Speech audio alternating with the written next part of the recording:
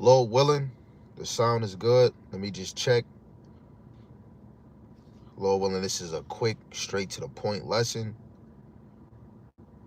Lord willing, this is a quick, straight to the point lesson.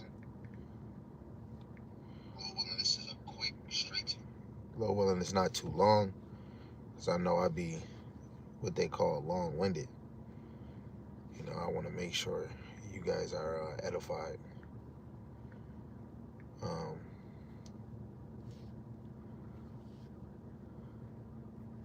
okay, you see the title of this lesson is, what does it mean to be salvation minded? I want to give all praises, glory, and honor to the one true power that always makes this possible. Yahweh, Ba'ashem, Yahushua, Ba'ashem, Rakakwadash. Double honors to the elder apostles and the elders of Great Millstone who rule well and teach well through the Spirit.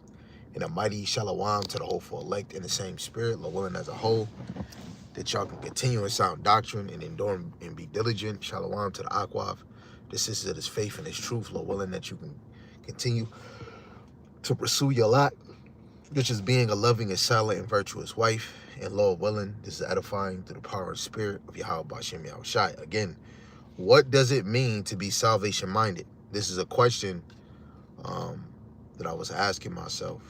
You know, we must be salvation minded. It's really a lesson through the spirit. I didn't have any precept to mind, so we're going to deal with what we have right here. Okay, to be salvation minded, first of all, means your entire mindset, your decision, your priority, and your endurance are centered on one goal: receiving salvation from Yahweh Ba'ashem Yahushai, and not comfort on the side.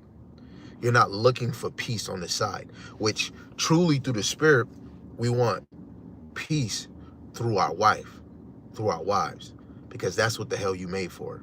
Of course, we want to have peace when it comes to our children, you know, because this is the next generation. But truly, you know, and of course, you know, peace with your brothers. But outside of all of that, there's no peace in this world. Okay? It's no peace. Not success in Babylon, not fitting, but enduring unto the end and being found worthy in the eyes of Yahweh Ba'ashem Yahushai. Okay? So when Yahushai returns, he finds faith in you. Okay? Salvation minded means you know this world is not your home. This is not your rest. Salvation minded believers understand that this present world is temporary and wicked, and that your deliverance is coming. What's up must come down, and what's down must come up. So this is Matthew chapter 24, verse 13. It says, but he that shall endure unto the end, the same shall be saved. Salvation means to be delivered. So the elect is having on their mind, I gotta endure. I just gotta endure a few more, right? We're gonna get saved. You're gonna get saved. Usually, things that pertain to the end times, you have a desire for it. It's your ancients, right? It's an anticipation, like, oh man, I can't. It's like when you get you order something and you can't wait for it to be delivered to your house. You can't wait. You keep looking in the mailbox, where through the spirit you're looking at the signs. Okay. So let's go to 2nd Ezra, the 16th chapter.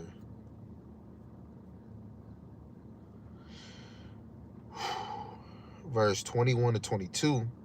It says, behold, victuals shall be so good cheap upon earth, that they shall think themselves to be in good case, and even them that shall, and even then shall evils grow upon the earth, sword and famine and great confusion.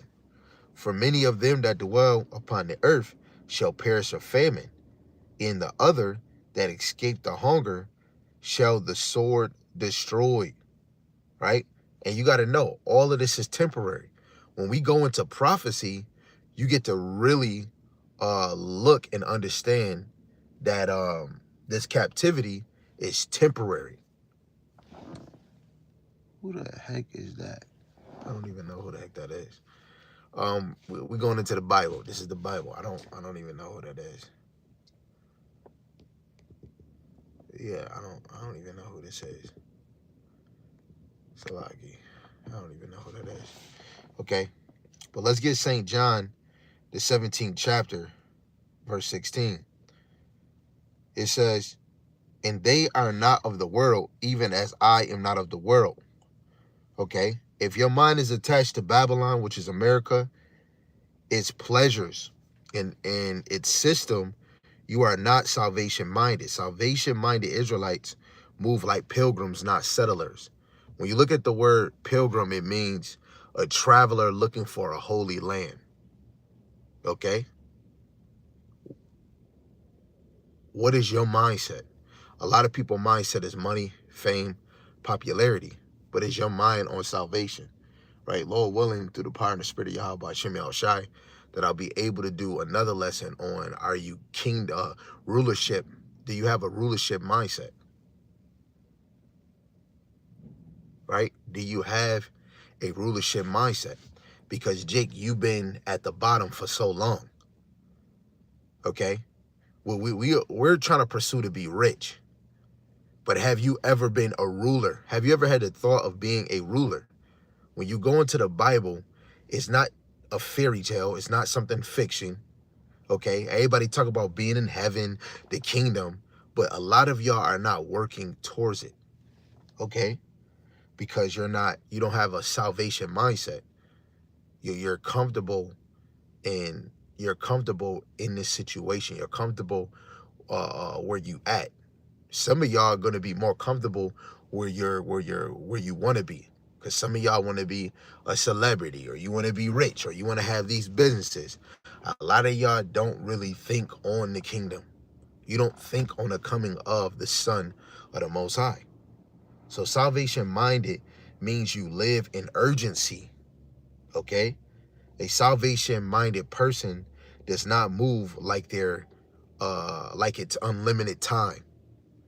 Literally, a lot of y'all think y'all got extra time, but truly, time is short. Time is of the essence. Let's get this classic in Romans, the 13th chapter, verse 11. It says, let us walk, Salaki. It says, in that knowing the time, that now it is high time to awake out of sleep. For now is our salvation nearer than when we believe. Right? Look what's going on overseas. Look what Donald Duck just did with the Venezuela. It's way bigger. Yes, it's oil, right? Venezuela have other minerals and other benefits, but this is to help continue to back the dollar. But this is going to put a huge dent on them creating their system to help get the materials that helps to make these chips, even the chips and the missiles, to bring forth 6G, right? They're leading to actually really bring forth the new world order, this new system. To have a new system, you gotta be done away with the old system. Even Esau is he's getting ready to have full control. But are you getting ready for your kingdom? Before your kingdom come, you're gonna have to go through things. So are you building yourself to be afflicted in this? Spiritually, mentally, and physically. 2nd Esdras 9:1. And he answered me then and said, measure thou the time diligently in itself. And when thou seest part of the signs pass, which I have told thee before, okay? You have to measure the times, right? We see blood moons, measure the time. Look what's going on TV. Look at man, I'm seeing death after death. ICE, they just killed that. Yo, death after death. Bullshit after bullshit. Okay? This truth is not a hobby. It's life or death. Right? You can either live the lifestyle of death and don't even fucking know it, or you can live the life of a life which is in Hamashiach Yahweh Shai, who the world ignorantly calls Jesus. Right? You can live that life, which a lot of y'all might say is boring. Right? This is the best life. Okay? Get your daily bread, have a simple life, and pursue salvation. A salvation-minded Israelite, they tighten up, add more discipline, right? They're praying more. They're trying to have more of a communication with Yahweh Ba'ashem Al Shai. They're trying to have a more of an understanding mind, and they're watching prophecies and preparing mentally and spiritually for what's to come. Salvation minded means you deny yourself. You cannot be a salvation minded and still live for yourself, because this thing is really not about you. It's really about the will of Yahweh Ba'ashem Al Shai. A lot of people think they have free will. If you have free will, make yourself. Make another creation outside of a man putting a rod in a woman. It's no free will. None of y'all really can make, if it's free will, can you make sure that you get into the kingdom since you have the will? But scripture-wise, no, because it's predestined. Whoever was called to endure to the end, whoever was called to be of the elect, it was all a divine selection before the foundations of the earth. This is Luke 9:23. And he said to them all, if any man will come after me, let him deny himself and take up his cross daily and follow me. Right? The persecution, the trials, the tribulations, the suffering. Hey, your cross might be children. Your cross might be you having a wife or wives. And it could be your job, bouncing from job to job, right? Hey, it could continue to lead on to these prophecies being fulfilled and getting afflicted, going to jail, going to the FEMA camp. Hey, maybe you might get beheaded. Are you willing to carry that load? Because yes, it's a heavy burden, right? Let's go to Romans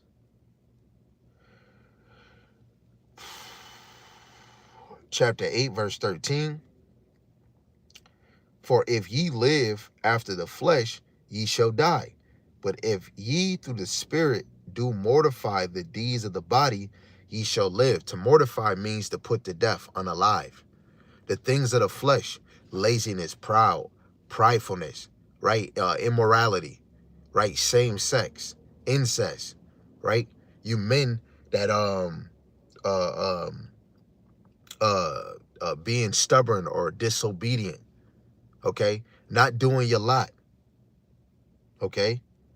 Those are the things we need to mortify, and whatever other attribute you were dealing with, right? You got a problem with letting go of cigarettes, blacks, rolling up a damn blunt, you sisters twerking, shaking that ass all day, and actually you should be shaking that butt for your husband, and it should be in private. You got to mortify those things. Don't be a socialist, or don't be a woman that socialize when you have a man. Oh, I need friends. Oh, I need social media. Man, you got a phone, go text them. Okay? Don't promote yourself, because now you're going to get caught. Oh, babe, these guys keep inboxing me. Maybe if you was posting on social media, then maybe nobody wouldn't holler at you. You got to mortify the things so you could give more attention to the Lord and play your lot as a man, as a husband, as a wife, as a sister, as a mother. Okay? Even the same with the children. You don't want your children to be at work. I don't believe that my children should be on a phone, a tablet, or a TV or a video game more than me. Right? I don't all day, 12 hours in a day, 12 hours at night. They on the game for 6 hours in a day, 6 hours at night. That damn near is 2 different shifts. Okay? There's nothing wrong with it. But the main point, if my children know how to text and use these damn things, for me and my household, my children got to read. Okay? You got to read, because you ain't just about to just be playing the game in here. We all have to make sure that we believe. And literally, you want to naturally do it yourself. Okay? Because to being of the flesh, you do things that the spirit care less about. Right? If you're in the spirit, you resist. You're resistant to the flesh. And if you're in the flesh, and oh, yay, you're going to resist the things that's of the spirit. So salvation requires cutting off wicked habits. And you know your habits. Controlling the tongue. Disciplining thoughts. Patient. Separating from ungodly influence. Now, of course, you're going to be around people of the world and shine your light, and they might be influenced, but that goes back to discipline. That goes back to having control. What Yahweh Shai say? Possess ye your souls. You have to be in charge. Like, what is it? Hustle and Flow. Who's in charge? Say I'm in charge. You have to be in charge. Okay? This is why few make it. To be in charge is to fully be persuaded in the spirit. Salvation-minded means you never fear Yahweh's judgment. The fear of Yahweh keeps you locked in. But basically, you being locked in, you actually fear Yahweh Ba'ashem Yahushai. Because without him, you're dead. Without him, you're going to be destroyed on this side. The Lord set it up that are you going to finish the race and do things that's pleasing unto me, or are you going to do whatever the hell you want? You didn't make you. You didn't set up this system. You are a part of the system. So why not cleave to the source so that you can be functional in his system and please him? Philippians chapter 2, verse 12. Wherefore, my beloved, as ye have always obeyed, not as in my presence only, but now much more in my absence, work out your own salvation with fear and trembling. Right? You got to have the fear of the Lord, which is the beginning of wisdom, and you got to tremble. Look at the things that the Lord have done over the generations. The people he put to death, right? The consequences or the estate of hell he put Jake in.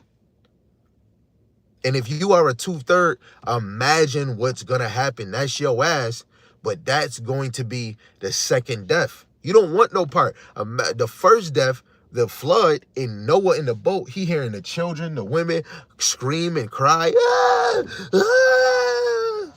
Can't do nothing about it, right? None of us can save ourselves. You can't get yourself, you can't beam yourself on the chariot unless you were called. Woo, right? I want to make my call in election sure. I'm in this truth. I got to be about it. I got to be about my Father's business, just like Yahushua said. 2 Corinthians chapter 5, verse 10, for we must all appear before the judgment seat of Hamashiach, that every one may receive the things done in his body, according to that he have done, whether it be good or bad, right? Everybody's going to get a reward. You get a reward. You get a reward. Righteous or unrighteous, godly or ungodly. You're going to get this work, okay? A salvation-minded believer knows judgment starts with Israel. 1 Peter chapter 4, verse 17. Not all Israel will be saved, being called and being chosen, right? Because many is called, but only a few is chosen. Are you the chosen out of the chosen nation, which is only a few? Matthew 22 and 14. For many are called, but few are chosen. Are you part of the few? Are you the quantity or the quality? Salvation-minded means you endure afflictions and you don't quit. This is not like one of these 9-to-5 jobs. Because if you quit this, it's your ass. If you just throw in the towel, like in boxing, you throw in the towel, you forfeit. It's your ass. It's done. You just gave up. Hard times are not a sign to quit. They are a sign of being tried. Oh, you know what? It's like you driving and you see the speed bump. Hey, speed bump ahead.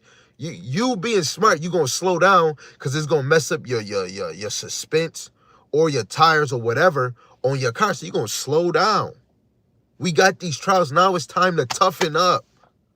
Okay? Money ain't going to save not one of us. A blunt, liquor, 10 freaky girls, the tallest Negro in the world. Nothing is going to help you overcome the trials that's in front of us unless you have the wisdom, knowledge, understanding Yahweh Shem Shai, because wisdom and knowledge shall be the stability of thy time. Every Jake in this world is always wanting to hear about a good fucking time.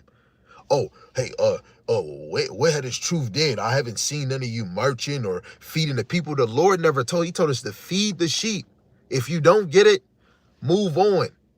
Feed the sheep. Speak the breath of life in them. We're just supposed to warn y'all, tell you about the prophecies and continue to do it. That's the main thing. All that other stuff, Captain Build-A-Bear, oh, let me give you this job. Hey, if you able to give a brother a job, hey, kudos to you. in a bowl of cereal.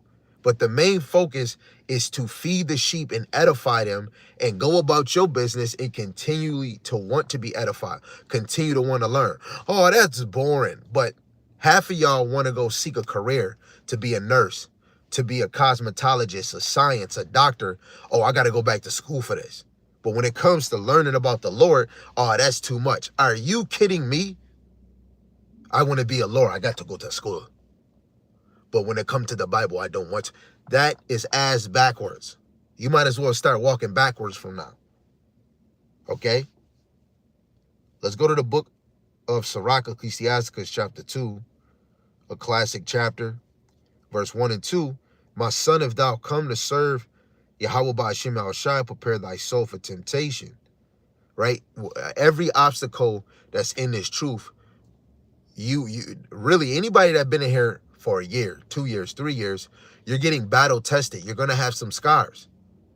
Before you come in this thing, this is the notice. You know, before you drink, oh, this contain electrolytes. Oh, snap, okay, I'm about to drink it, blah, blah, blah, blah. So when you come in this truth, this is part of the instructions or the ingredients. You come to serve Yahweh Ba'ashem Yahushai, prepare your soul for temptation.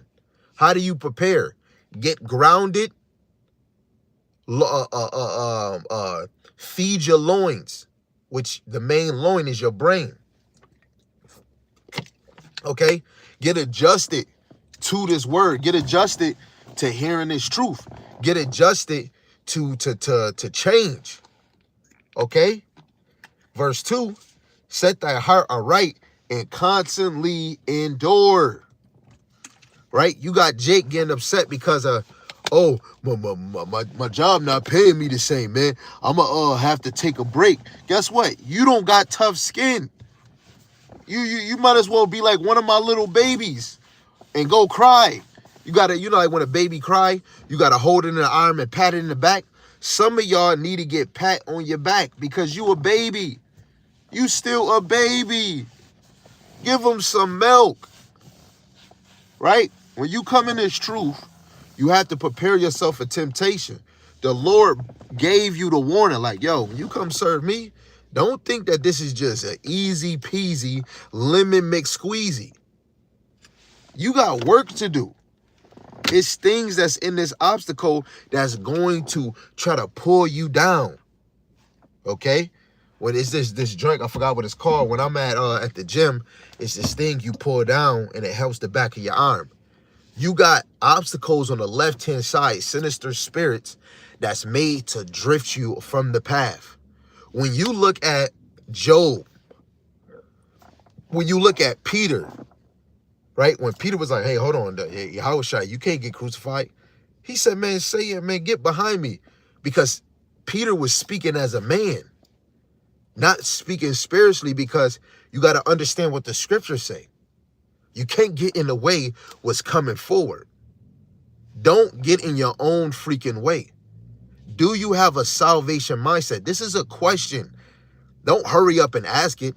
Ask yourself and then evaluate. Evaluate the things you're doing that shows you you have a salvation mindset. Be honest with yourself. Have you mortified the things of the flesh? Are you being consistent? Are you spontaneous with Yahweh Ba'ashem Yahushai? You know you getting off early. You ain't doing shit. And you like, you know what? Before I watch this movie, let me go read me a few chapters. Or because you off, you don't have the thought. Are you just in this truth because you're forced? You know? Are you in this truth because it's the main topic? Or are you in this thing because you genuinely care? Okay? Salaki, verse 2, set thy heart aright and constantly endure and make not haste in the time of trouble. Right? Don't haste. Don't try to flee and go another way because now trouble is coming. Run towards it, but call on Yahweh Ba'ashem Yahushai on your way. Okay? Let's get James chapter 1 in verse 12. But above all things, my brethren, swear not, neither by heaven, neither by... Oh, Salaki, I'm getting too excited. I'm in chapter 5. James 1 and 12. It says, blessed is the man that endureth temptation. For when he is tried, he shall receive the crown of life, which Yahweh Shemashai have promised to them that love him, right? And you're going to receive a crown when you overcome, when you finish. When you run a race, oh, he's going to be in first place. They're not about to give you the first place until you finish. Then you finish, you find out you in second or you in third. We have to finish the race that's in front of us. You're literally living in a movie, a story right now, but you have to finish until the end. That's amazing, man. So salvation-minded Israelites, they do not fold under pressure, doesn't return to the world, and doesn't doubt when things get hard. Hold on. Let me get this account in Matthew, the 13th chapter, starting at verse 20. It says, but he that receiveth the seed into stony places, the same as he that heareth the word, and anon with joy receiveth it. Yet have he not root in himself, but dureth for a while. For when tribulation or persecution ariseth because of the word, by and by he is offended. Okay? So it's going to be people that are going to be offended because of being persecuted, being taunted, being mocked in his truth. He also that receives seed among the thorns is he that heareth the word, and the cares of this world and the deceitfulness of riches choke the word, and he become unfruitful. Stop caring for the shit of the world. And what I mean care, you putting it on a freaking pedestal. It's getting in the way of you pursuing Yahweh Shem Al Shai. You know, when somebody in front of you, you trying to look over them and all of that, it's the obstacles. It's the things that you might be attached to in the world. The shit you haven't let it go. I know a lot of you grown up women still watch Frozen. Let it go. Have you really let it go? Okay? Some of y'all been dealing with the same thing for like 2-3 years, and some of us haven't acknowledged it. Constantly pray with a fervent, like, look, I got multiple things, but one thing is even having a woman or having, 2 wives, porn was something that I kept tripping on, okay? To watch 2 people get it in. Watch another man touch up another woman. I had to admit to myself, but to me, I kept still doing it. So I started saying, you know what? Maybe let me confess my faults. You know what? I know other men dealing with this, so let me rebuke that spirit in the air and let me do a lesson. I felt like that was holding me back, where I had to watch these type of videos. I had to get my nip off because I probably wasn't getting certain things, or my mind was all the way here. I had to rebuke that because you be in this truth, you should be growing. You should be able to confess your faults and change from it. You should be able to see some shit you dealing with, or you holding on to, or something that's making you stagnant, to rebuke it. And sometimes you could rebuke yourself separately, but as a man, sometimes, of course, if you're a teacher, you can rebuke yourself when it comes to a lesson. Okay? This is not the time to be playing around. This is a time to take your salvation serious. The person that said that dumb comment, you going in timeout. You've been a bad individual. Okay? So let's get this point. Salvation-minded means your hope is in Yahweh Shai's return. True peace, rest, and righteousness do not come before Yahweh Shai's return. So all that happy giggle, tickle my feet, all that comes when Yahweh Shai returns. When you see Jake rich and living in abundance, that ain't shit. Okay? They had to do something strange. And the main strange thing we do to get money is to speak about the Lord less. Don't seek the Lord, right? Don't want to grow in knowledge, but man, God is good. God bless me. Everybody that speak about God always think about prosperity, a good time, wealth. The Lord not came. A real believer wants wisdom, knowledge, and understanding. Okay? This is Titus chapter 2, verse 13. Looking for that blessed hope in the glorious appearing of the great power in our Savior, Yahweh Shai Mashiach. Are you looking forward, looking forward to seeing Yahweh Shai? Some of us is really not looking forward to it.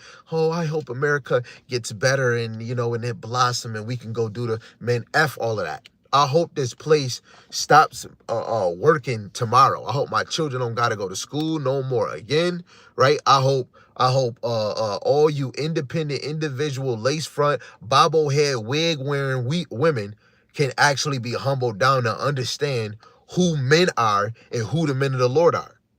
I want you drug dealing, siddle slick, pimp, rapper, gangster, nigglets. I want you to see how it feel that you can't roll up a blunt, that you can't get your little yan, your little drink, that you can't go to the club, you can't go make a new album unless you taking a crumble. I want this place to crumble, and I want to see all y'all faces. Where is that tough, that tough act?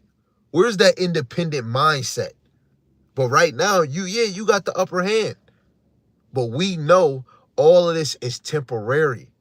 This is a whole gimmick for you fools, man. I'm hoping, like when you, it's not really you impatient, but some of the people you sit in a chair and you shaking your dang leg. That's the man. I am so ancient. Like, oh my goodness, please, oh man, how much more shy? Please tear it up. This is Hebrews, the 9th chapter, verse 28. It says, so Hamashiach was once offered to bear the sins of many, and unto them that look for him shall he appear the second time without sin unto salvation. Who's looking for Yahweh Shai? We could tell if you're looking for Yahweh Shai because your face is continually seeking the Lord, right? It could be you watching lessons, right? It could be you reading chapters. The little notes that you got, you keep just going over those notes. You praying, you calling on Yahweh Ba'ashem Yahweh Shai. You having conversations with other men or women that's of the same cloth. That's you seeking Yahweh Ba'ashem Yahweh Shai. You trying to find comfort in some type of wisdom, knowledge, and understanding of Yahweh Ba'ashem Yahweh Shai. Only the true believers is doing that. Salvation-minded believers wait, watch, and pray, knowing deliverance is close. Again, they wait, they watch, they pray. They wait, they watch, and they pray. They wait, they watch, and they pray. Those are the three amigos. Wait, watch, and pray. Right? Are you waiting? Are you watching? Are you praying? To pray means to beg. Are you begging Yahweh Ba'ashem Yahweh Shai? Please do your will. Hold on. Let's get this one in Isaiah 62. Isaiah chapter 62, verse 6. It says, I set watchmen upon thy walls, O Jerusalem, which shall never hold their peace day nor night. Ye that make mention of Yahweh Shema Shai, keep not silence, and give him no rest, till he establish, until he make Jerusalem a praise in the earth. Give Yahweh Shema Shai no rest. Annoy him. You can never annoy the Lord, right? Because that's his name was for us to use it. Call on him. Shout. Have moments where you cry, if you can. Think. Meditate on the same verse if you got to. Meditate on that chapter if you got to. Right? Ask the Lord to give you a dream. Right? You might see a movie, pay attention and find something spiritual, so you can be like, oh man, yo, what if that's like Jacob Tremble, or what if that's like the Nukes? Oh man, I don't want to get I'm eating food and a nuke is coming down, and by the time I get to the door to look out, it already touched down. I don't want to be one of those ones that's still just standing here and the nukes drop and I'm destroyed. I don't want that. And I actually know that this is the actual truth, but I wasn't being serious. I truly didn't believe, and I'm getting destroyed. I mean, well, you fucking deserved it then. If you get in the nuke on your head, you deserve it. But what person wants to just sit there? Like, Jake, we're telling you this place gonna be destroyed. Now you got the information. Go seek it. If you believe something, you put more pep in your step. You start getting serious. I know people in the world, man, Babylon gonna be destroyed. And then you look, they ain't making no motion. That shows you don't believe, because to believe is an action. Man, I don't want to be y'all, man. Please pray for me, you brothers and sisters in this thing. Pray for the other elect, that they continue to wait, watch, and pray. Okay? Salvation-minded believers wait, watch, and pray, knowing that their deliverance is coming. Okay? To be salvation-minded is to live like this could be your last test, your last day, your last meal. This could be your last season. This could be your last lesson. This could be your final trial. This could be our final camp. This might be your last camp day. Right? You go home. By the time you go home, you clicking on the TV to watch something good, and then somebody text you or call your phone. Yo, they just took away the amendment with no freedom of speech, and the elder said, we can't go back outside to the highways and byways. You're like, dang, okay, that was my last camp last week. Oh, I guess I'm gonna do a sit down. You doing a sit down, you get a text and be like, yo, bro, we can't use the YouTube no more. Can't use the YouTube no more. What do you think a true believer? They're gonna be like, yes, call all Yahweh Ba'ashem Yahushai. Yes, woohoo! To know things is unraveling, it gets you excited. Wait, May said, welcome back. Yahweh Shai is coming back. Yahweh Shai is coming back. You know? That's something, man. Come on, man. This is Luke 21, verse 36.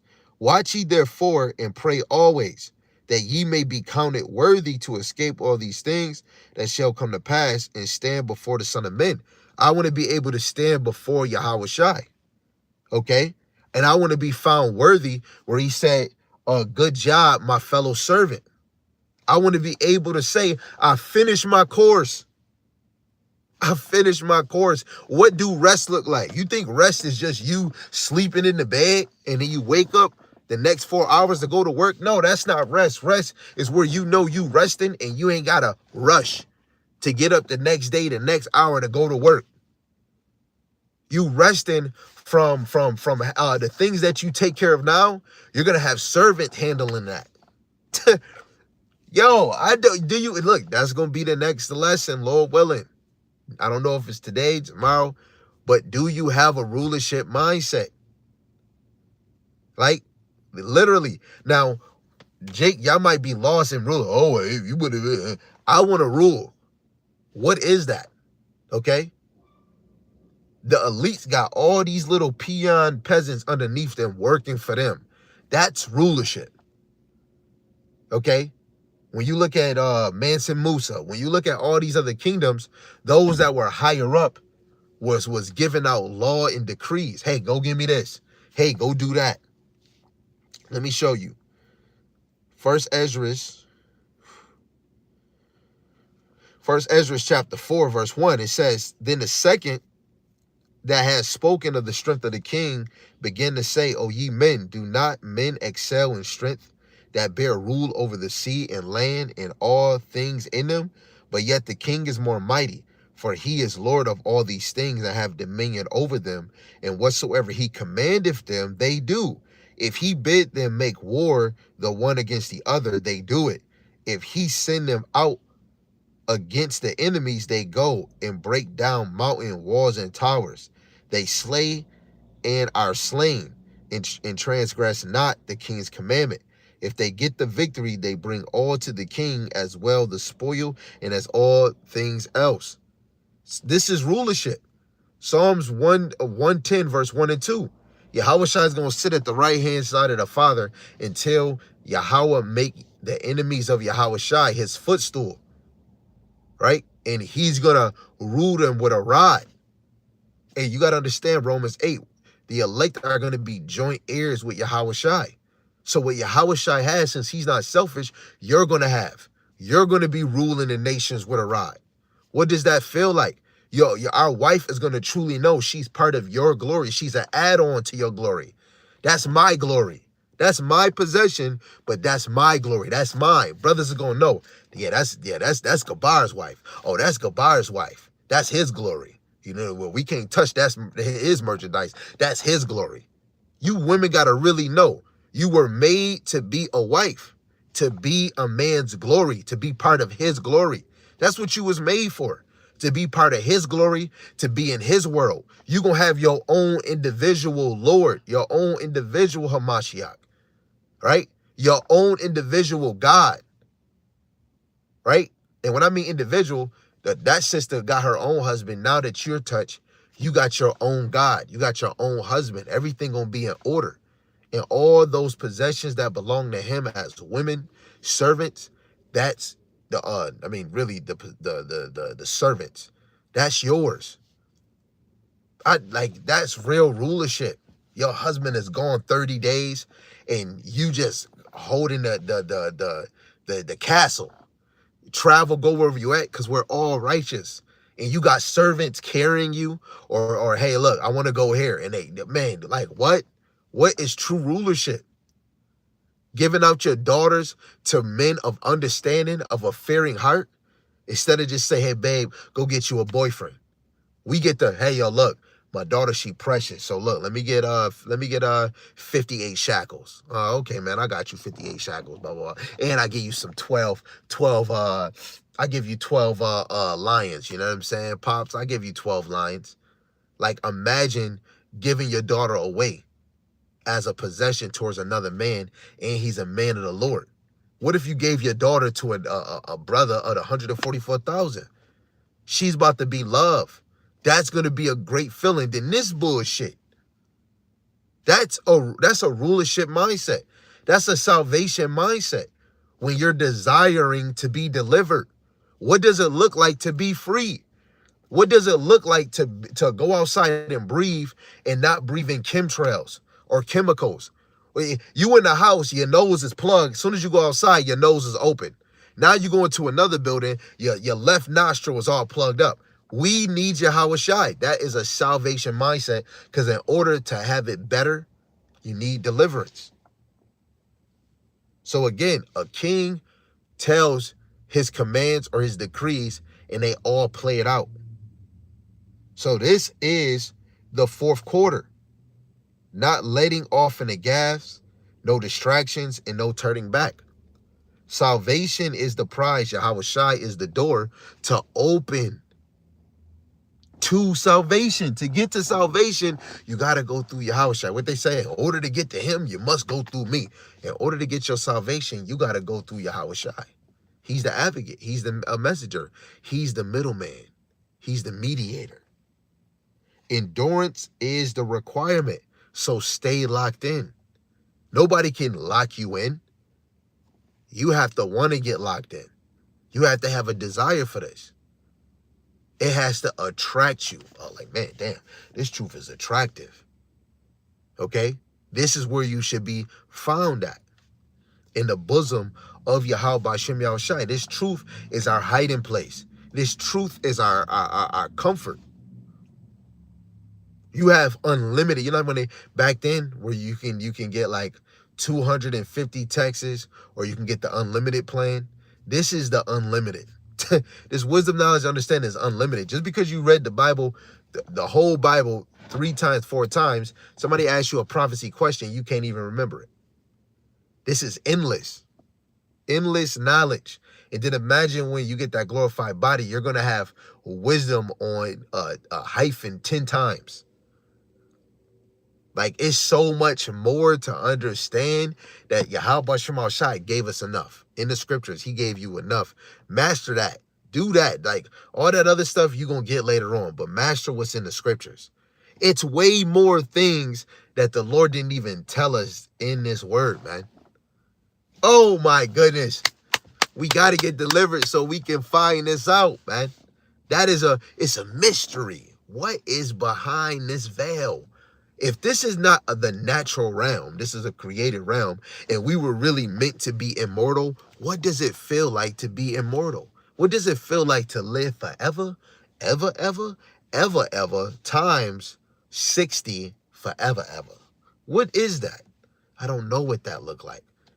To never die, to say, I'm 1,500 years old. What the heck? Your wives looking gorgeous. Not just one, you got flavors. And guess what? Everything is done righteous. Your children, I'm just speaking now. You not ejaculating or putting, your sperma on a woman's back. You're pregnating every time. What is that?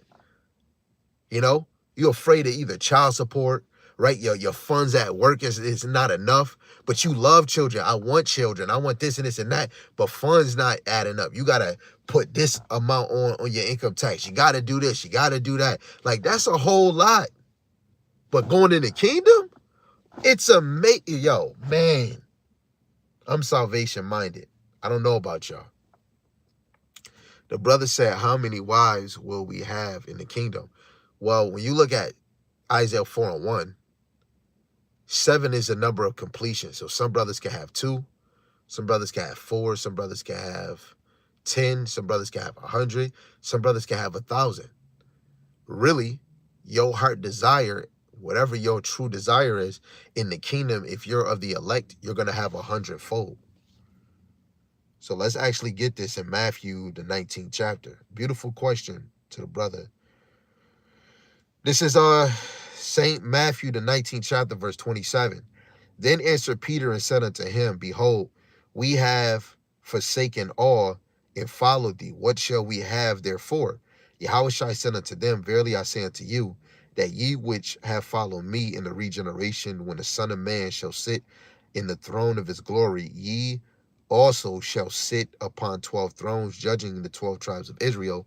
And judgment happens on earth, right? The Lord sending you back down on earth. That's judgment under the sun, right? But judgment is not in the heavens. We're all in the spirit. We're all in one accord. But it was all of the plan of the Lord for us to dwell on earth, which would be our kingdom. It says, and every one that hath forsaken houses or brethren or sisters or father or mother or wife or children or lands for my name's sake shall receive 100-fold and shall inherit everlasting life. 100-fold of whatever you had abandoned, whatever you have forsaken for the truth of Yahweh B'Shem Yahushai. 100-fold, right? Let's actually look up what is 100-fold.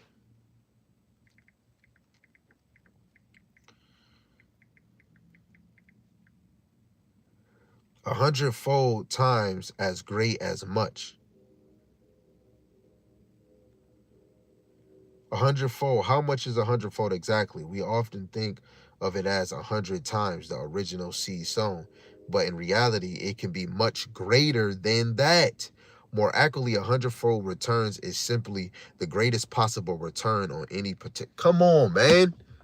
It could be more than what 100 is. But truly, it goes off of your heart desire. What the Lord is setting up for you, that can be that amount. And we talking about living forever. You're going to have time to have all of that. Okay? Still in the motion, she's birthing your child, right? You're not about to just wait 9 months to try to, pregnate her again. A lot of us are going to go back to fulfilling the law, be fruitful and multiply. It's going to be babies on babies in the kingdom. Okay? The other brother, Derek, said, I think Revelation 5:9, out of every tribe, tongue, nation, he has redeemed us to the Most High by his blood. Yahushua is my Savior. Yeah. They're speaking about Israelites that scattered 4 corners of the earth. In the Bible, it's only one nation that's considered the sand of the sea, because Jacob scattered 4 corners of the earth, and they're mixed with different tribes, different tongues, and different nations.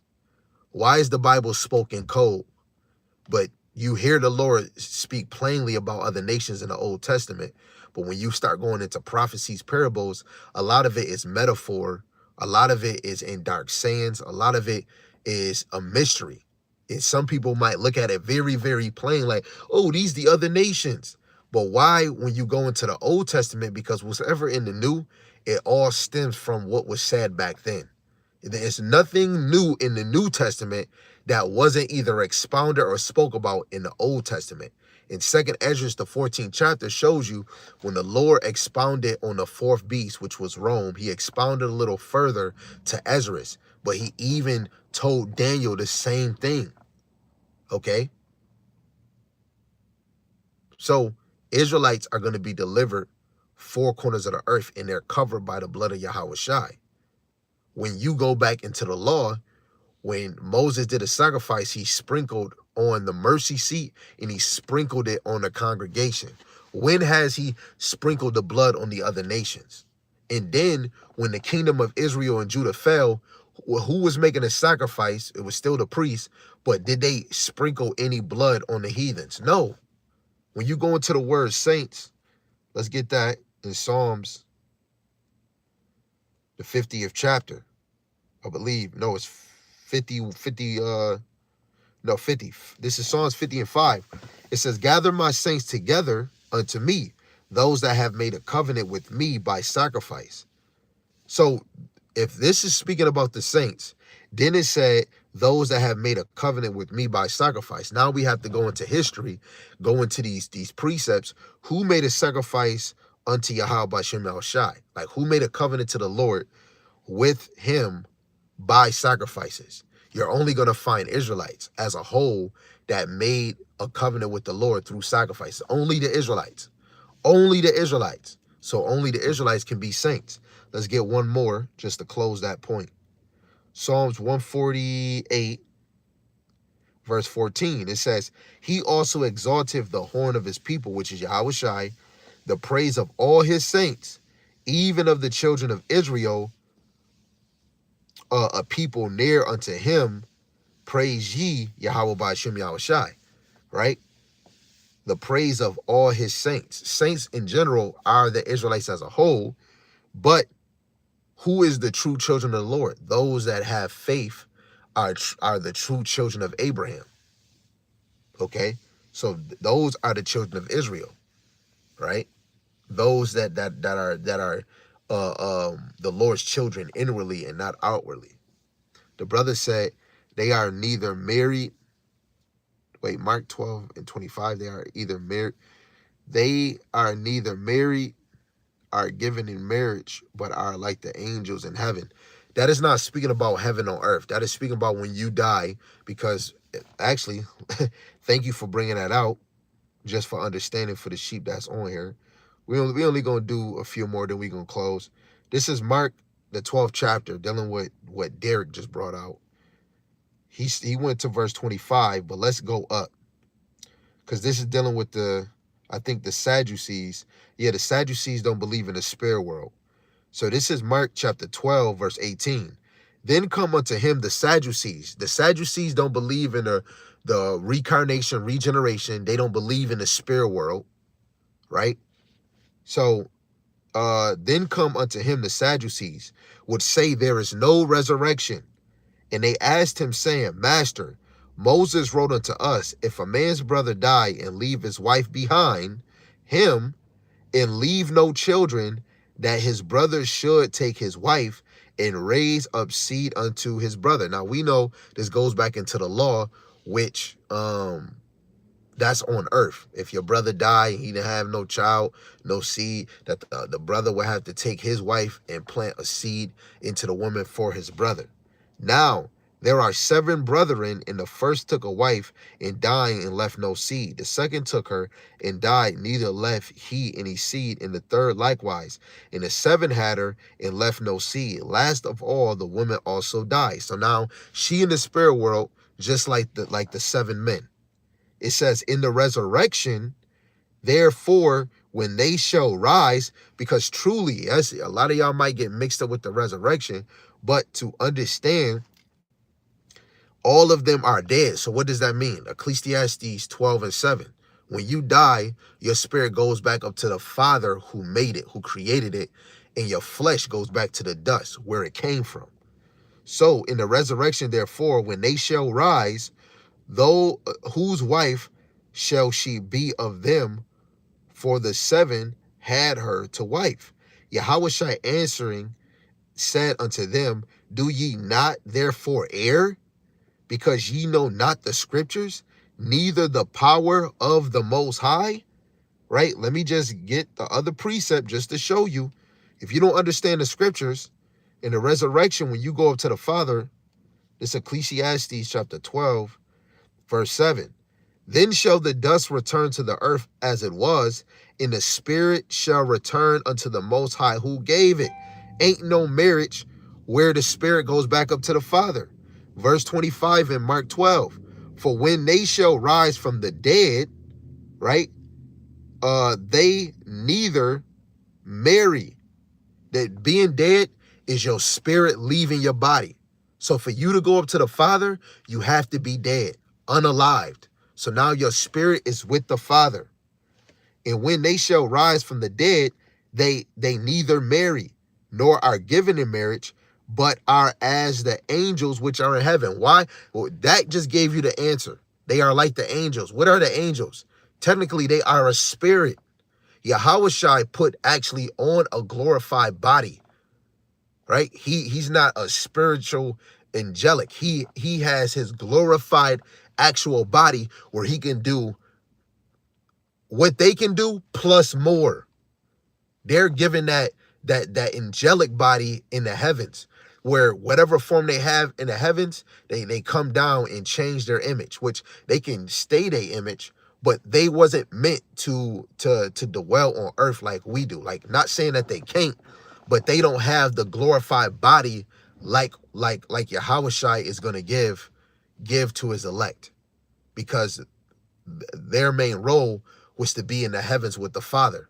So they're on another holy, set apart example. For them to be around the glory of the Lord in the heavens and disappear and all those other things, they're in a whole different light than all of us. Okay? But when you die, you are a spirit, just like the angels. Just like the angels. So when brother said, oh, this is the verse I'm going to use, there ain't going to be no sex in the kingdom, you're bugged out, because the kingdom is going to be on the earth. The kingdom is going to be on the earth. You're going to, the elect is going to have more than just a regular body. They're going to have a glorified body. This is 2 Corinthians chapter 5, verse 1. For we know that if our earthly house of this tabernacle were dissolved, speaking about this body right now, this flesh right here, it says, we have a building of the Most High, in house not made with hands, eternal in the heavens. This is going into that your glorified body is already made. It's with the Lord. That's why when Yahushua comes, 1 Corinthians, the 15th chapter, when you get beamed up, it says you're going to be changed in a twinkle of an eye. How can you be changed if in a twinkle of a moment? That means your real form is with the Lord, right? Your true form is going to be revealed when you get beamed up, and you're going to be changed into it. Or I'm about to create their form now, their real form. No, if you are of the elect, you're going to get that form you had before the foundations of the heavens and the earth. First, speaking about the men of the Lord, who you really were, who you really are, your name, your lot, your portion. And if you are one of those 144,000, you're going to know what you helped Yahushua create. You probably helped Yahushua create air. You probably helped Yahushua create water. You probably helped Yahushua to make a tarantula. You probably helped Yahushua to make a lily. Every last one of the elect helped Yahushua make something. I want that glory, man. I want whatever Yahweh B'Shem Yahushua is going to give his elect. Okay? Now, we could go into multiple examples. You could keep reading 2 Corinthians chapter 5, probably to verse 6. Reading the KJV and NLT, and you can really get some understanding. So we gave understanding to the brother about Mark 12 and 25. We went up a few verses above to show that was really speaking about, going into the spirit world.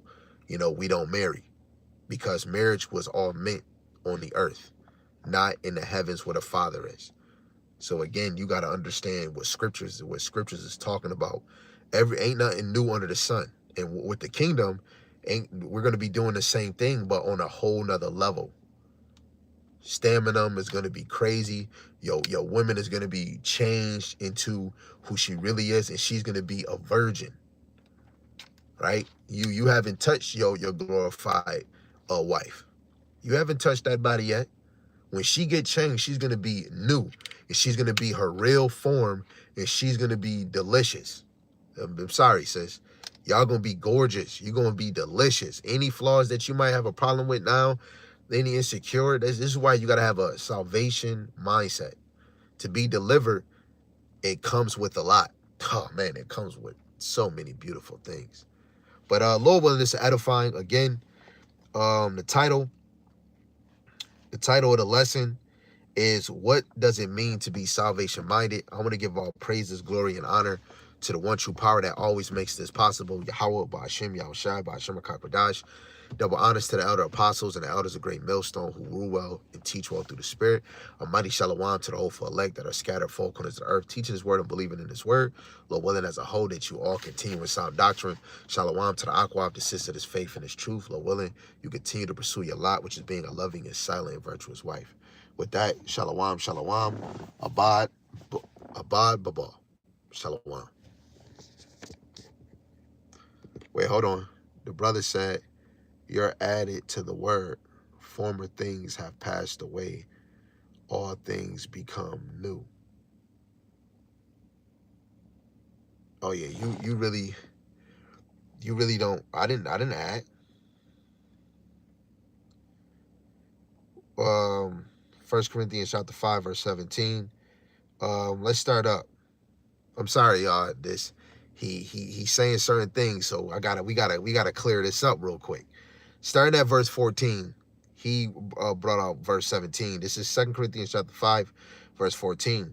For the love of Hamashiach constraineth us, because we thus judge that if one died for all, then we're all dead, right? But we're spiritually dead. Now, because of Yahushai, we can get that quickening spirit, right? Which quickening means made alive. It says in that he died for all, right? All the Israelites, the 2/3 and the elect, that they which live should not henceforth live unto themselves, but unto him which died for them and rose again. So truly, you're living for Yahushai because he died for you. How do you live for him? You live in the light. You abide in his word. You walk in the commandments and the statutes that the Lord put in front of us. That what Yahushai said, that you shall love the Heavenly Father with all your mind, heart, and your soul, and to love your neighbor as you love yourself, which hangs the law. Because when you love the Lord with all your heart, mind, and soul, you do things that's pleasing unto him. You're going to do the things that thou shalt do, and you're going to stem away from the things that thou shalt not do. Okay? Verse 16, it says, wherefore henceforth know ye no man after the flesh. Yet though we have known Hamashiach after the flesh, yet now henceforth know we him no more. Therefore, if any man be in Hamashiach, he is a new creature. Old things are passed away. Behold, all things are become new. What does this mean? When you start to cleave unto this truth, just like when you look at Paul. Paul was persecuting the church. He was new in Yahushai when he said, who is this that blind me? Yahushai said, hey, it's me, Yahushai, in the Hebrew tongue. He got confounded. He had a vision, and Ananias had a vision, and he healed Paul. Paul said, baptize me. Then Paul wanted to go teach the gospel. What does that mean? Paul became new, and old things were passed away. The things that you have done before you got to where you're at, it passed away. Hold on. Let's get this straight out of Paul's mouth. So like y'all, I'm just a little excited. This is 1 Timothy chapter 1, verse 13. It says, let me start at 12. This is Paul. And I thank Hamashiach, Yahushai our Lord, who have enabled me, for that he counted me faithful, putting me into the ministry. The Lord is searching the heart. So he knew Paul was faithful by looking at his heart. Who was before a blasphemer, a persecutor, an injurious, but I obtained mercy, favor, because I did it ignorantly in unbelief. So what is those old things that passed away? Those things that you did ignorantly in old belief. But behold, all things are new in Yahushai. When you go to, come on, we got some more. When you go to 2 Corinthians, the 4th chapter, now that you in this faith, the inward man should be doing what? Verse 16. For which cause we faint not, but though our outward man perish, yet the inward man is renewed day by day. So now that you're in Yahawashi, you're new. When you go into this word new, it means afresh. Now that you came in this truth, you're afresh. All the shit that you did before this truth, that passed away. But guess what? Going back to the other precepts, you have to mortify the things of the flesh. Now you can't do the old things you was doing before you came in this truth. You have to be a new creature. But guess what? Paul said he was a chief sinner. You're going to still sin because we all came short of the glory. We can only do the best that we can, but you don't want to go back to your vomit. You don't want to slack. Paul didn't go back to being a blasphemer. He didn't go back to doubting. You know, you had people calling him a god, right? You had this and this and that. Paul finished his course. He got stoned to death, got back up, preached the word, and then he got beheaded later on at the end of his ministry. That shows he was a new creature. He wasn't doing the same thing that we just read. He was a what? He was a blasphemer, a persecutor, and an injurious. He was doing 3 things against the ministry. But the Lord seen his heart and made him new. How do you become new? Let's go to St. John 6 and 63. You got it. This is why precept upon precept. St. John 6 and 63. It is the spirit that quicketh. The spirit makes you alive. Go to the word quicketh in the Greek. Let's get it. Let me read that again. It is the spirit that quickeneth, the flesh profiteth nothing. The words that I speak unto you, they are spirit and they are life. Let's look up the word quickening. In the Greek is G2227. Strong's G2227. Zoa poieo. Zoa poieo. The biblical usage, it says to produce, alive, begot, or bear living young. To cause to live, make alive, give life. Right? To make alive, to give life. So it is the spirit that quickeneth. It is the spirit that makes alive. The flesh profiteth nothing. So this is what makes you new.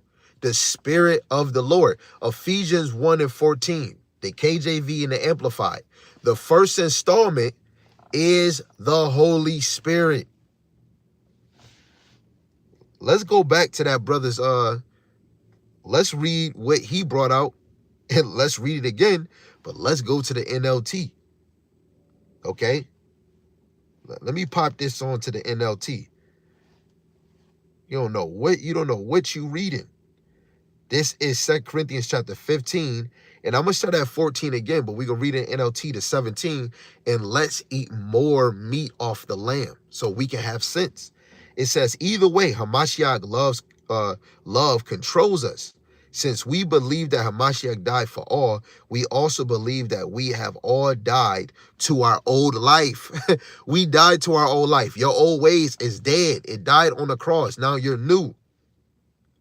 He died for everyone so that those who receive his new life will no longer live for themselves. Instead, they will live for Hamashiach, who died and was raised for them. When you go to Isaiah 53, all our sins, our transgressions was put upon Yahawashi. Now the Israelites do not have to kill goats, rams. They didn't have to make a physical sacrifice with an animal.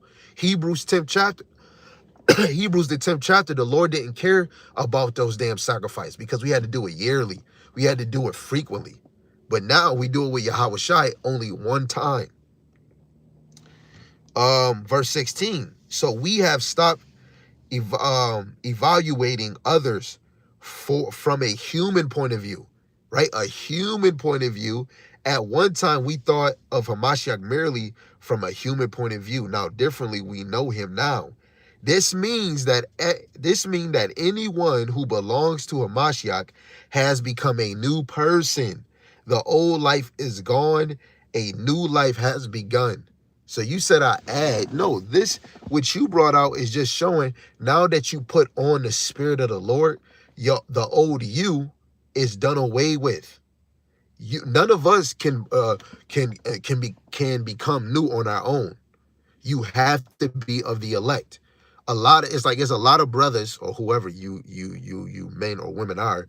A lot of y'all coming in the comment section saying Jesus. So it shows none of y'all are new. It shows none of y'all are really investigating and going through the scriptures of, okay, J's wasn't created till the 1524. Yahweh is like a modern Latin Hebrew. It's no E's. It's not Yahweh, right? And when you transfer Yahweh, what does Yahweh mean? It's not Yahuwah or Yeshua, because that would be modern Hebrew. But in ancient Hebrew, his name would be Yahweh, which we can do right on this phone right now, and I could show you, which Yahweh means he exists, he to be. Okay? He is, he exists, he to be. Yahweh Shai. Joshua, the grandson of Sirach, his name was Yahweh Shai, and Yahweh Shai himself. It was three peoples in the scripture that had the name Yahweh Shai. Second Ezra is the 7th chapter. Ezra even speaks of the Son of the Most High, and in the scriptures it says Jesus. If you go into the King James 16:11, it's going to say Jesus, which that's the Latin word for Yahweh Shai. But when you go in the gospel, Pilate had 3 languages: Greek, Hebrew, Greek, and Latin. Was that modern Hebrew? Because if it was modern Hebrew, they would have put Hebrew and Hebrew, because ancient Hebrew was still used. So Pilate put the language that the Hebrews was using, which was the ancient tongue. Then he used the Greek because the Greek was the most popular language because of the Greek captivity, and Latin was the other language because majority of Rome spoke Latin. So if you became new from the verse that you just put in the comment section, you wouldn't be saying Jesus. Right? So we about to close. Sharon said in the blood, okay. New heaven and new earth. That word new means afresh. So heaven really goes into rulership. So it's going to be new rulership, a new earth where the earth itself is going to be refreshed. Right? It's going to be things that haven't been seen before. The land is going to be stretched, right? It's going to be new. The foundation is going to be new, right? Because Babylon going to be destroyed. Israel is going to be destroyed, but Israel is going to be rebuilt, and it's going to have see-through is going to be built with pure glass. I mean, pure gold. Salaki. The brother said, Yahweh Shai died for the sins of the world. John 3:16, when you start at verse 1, Yahweh Shai is speaking to Nicodemus, a ruler of the Jews. So how can he be speaking of the whole world if he's speaking to a ruler of the Jews? Just because you just said that, again, y'all, I'm about to close. We already did our lesson.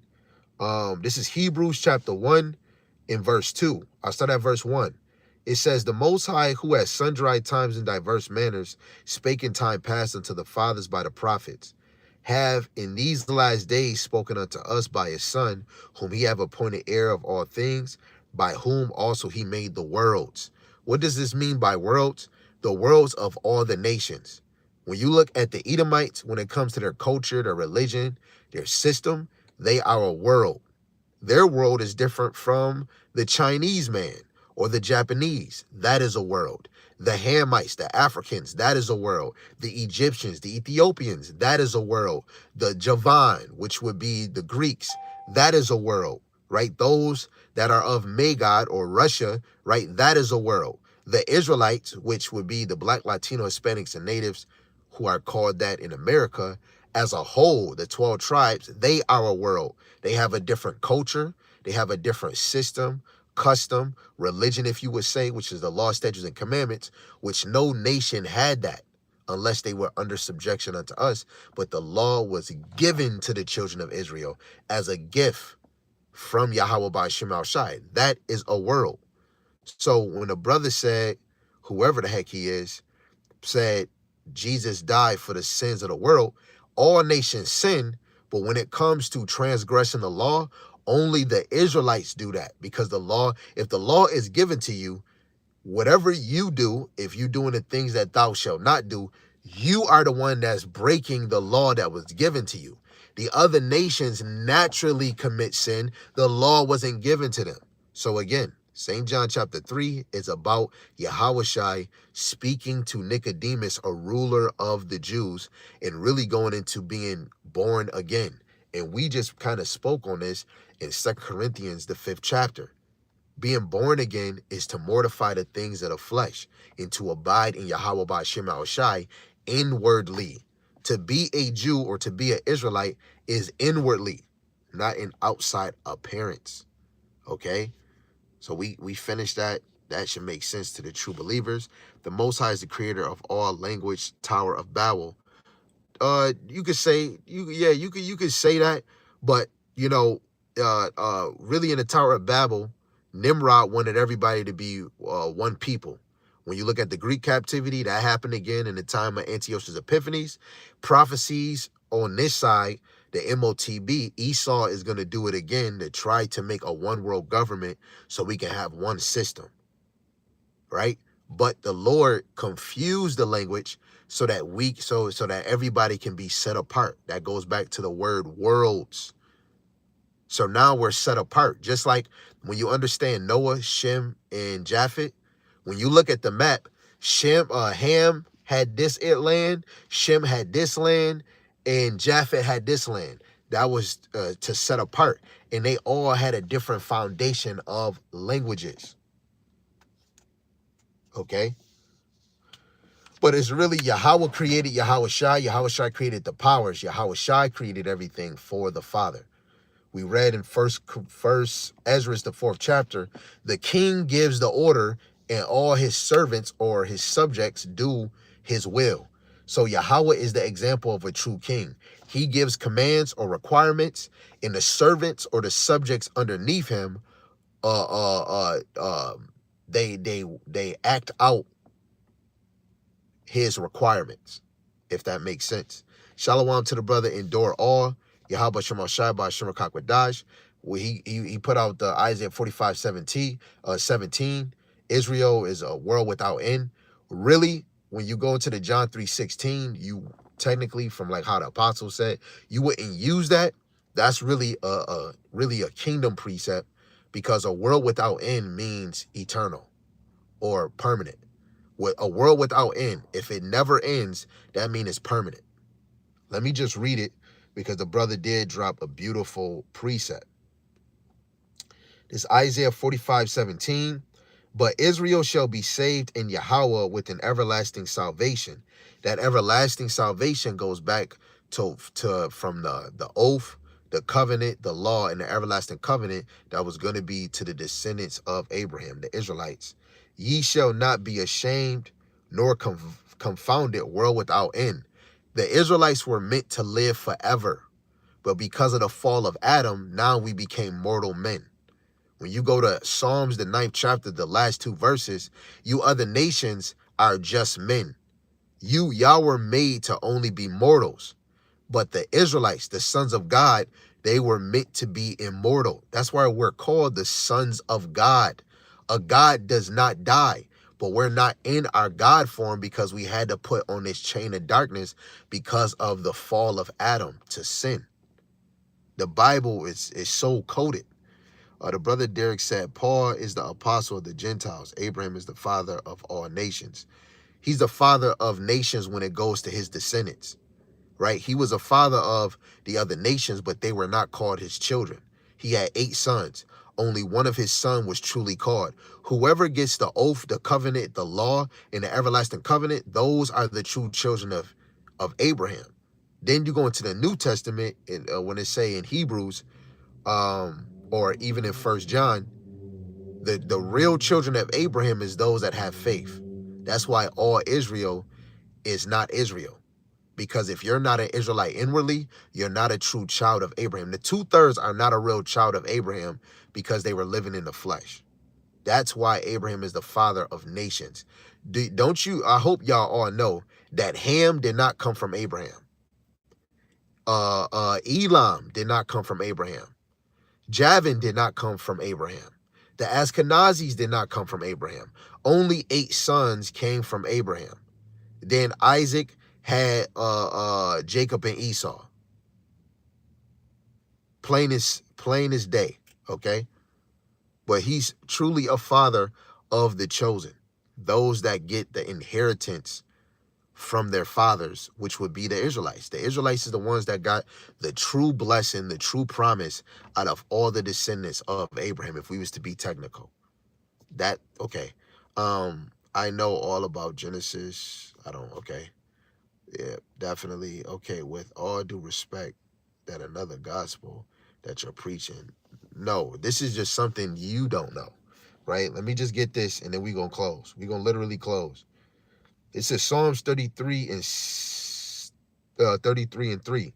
It says, sing unto him a new song, play skillfully with a loud noise. Why is this saying this? When you go to Revelations, the 11th chapter, it says that those people would be in a dead state for 350 years. So this knowledge, this gospel hasn't been taught on the earth for 350 years.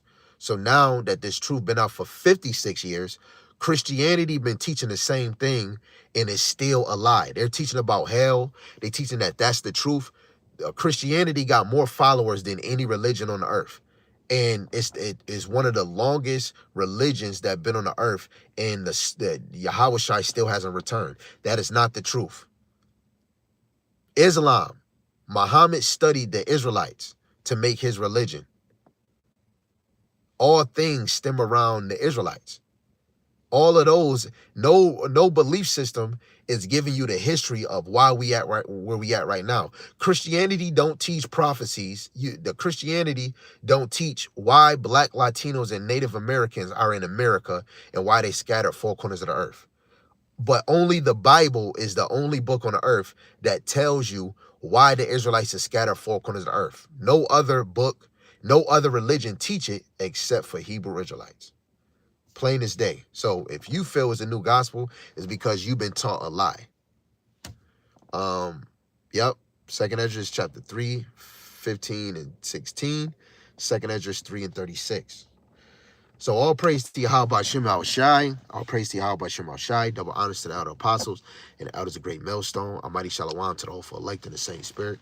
Lord willing as a whole that you all continue in sound doctrine. Shalom to the Akwaf, the believers of this faith. Lord willing you continue to pursue your lot. And Lord willing, this edifying through the power and spirit of Yahweh Shem El Shai. With that, shalom, shalom, abad, baba. And Derek, whoever you is, you got to watch some more lessons, because, man, I'm going to ask you a question. Next time I see you live, let's see if you got the answer. When was Ezekiel 37 fulfilled? The whole chapter. When was Ezekiel 37 from verse 1 to the last verse? When was it fulfilled?